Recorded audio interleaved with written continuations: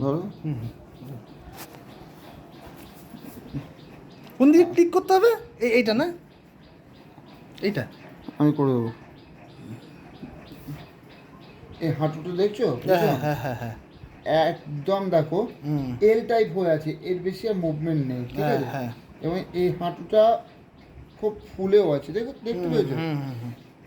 তা এই হাঁটু আর এই হাঁটুর মধ্যে পার্থক্য আছে। তা যাদের ধরো হাঁটু হ্যাঁ পাল্টাতে হবে, নিয়ে রিপ্লেসমেন্ট করতে হবে, হ্যাঁ, তাদের খুব যন্ত্রণা হয়, মানে বসা, হাঁটা চলা খুব কষ্টদায়ক রোগ, প্রচণ্ড।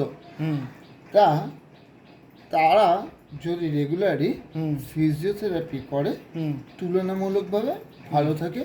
এবং কিছু কিছু ক্ষেত্রে দেখা যায় যে জয়েন্টটা জন্য দুটো হাড় তো এক হয়ে যায়, হাড়ের গ্যাপটা নষ্ট হয়ে যায়, ঠিক আছে?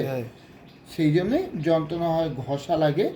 তা এই ব্যায়ামটা যদি করা যায়, এই দেখো কোনো ফিজিওথেরাপিস্টের দ্বারা নিজেরা করলে বিপদও হতে পারে, কতটা চাপ দেবে না দেবে, দেখো অস্টিওপোরোসিস হলে হাড় ভেঙে যাবে।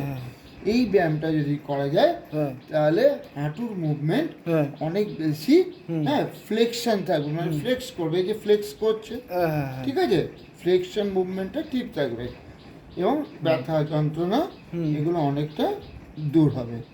তাই আমি বলতে চাই যাদের হাঁটুর সমস্যা এই ব্যায়ামটা বেশি করে করুন। প্রত্যেকে প্রণাম, ভালো থাকবেন।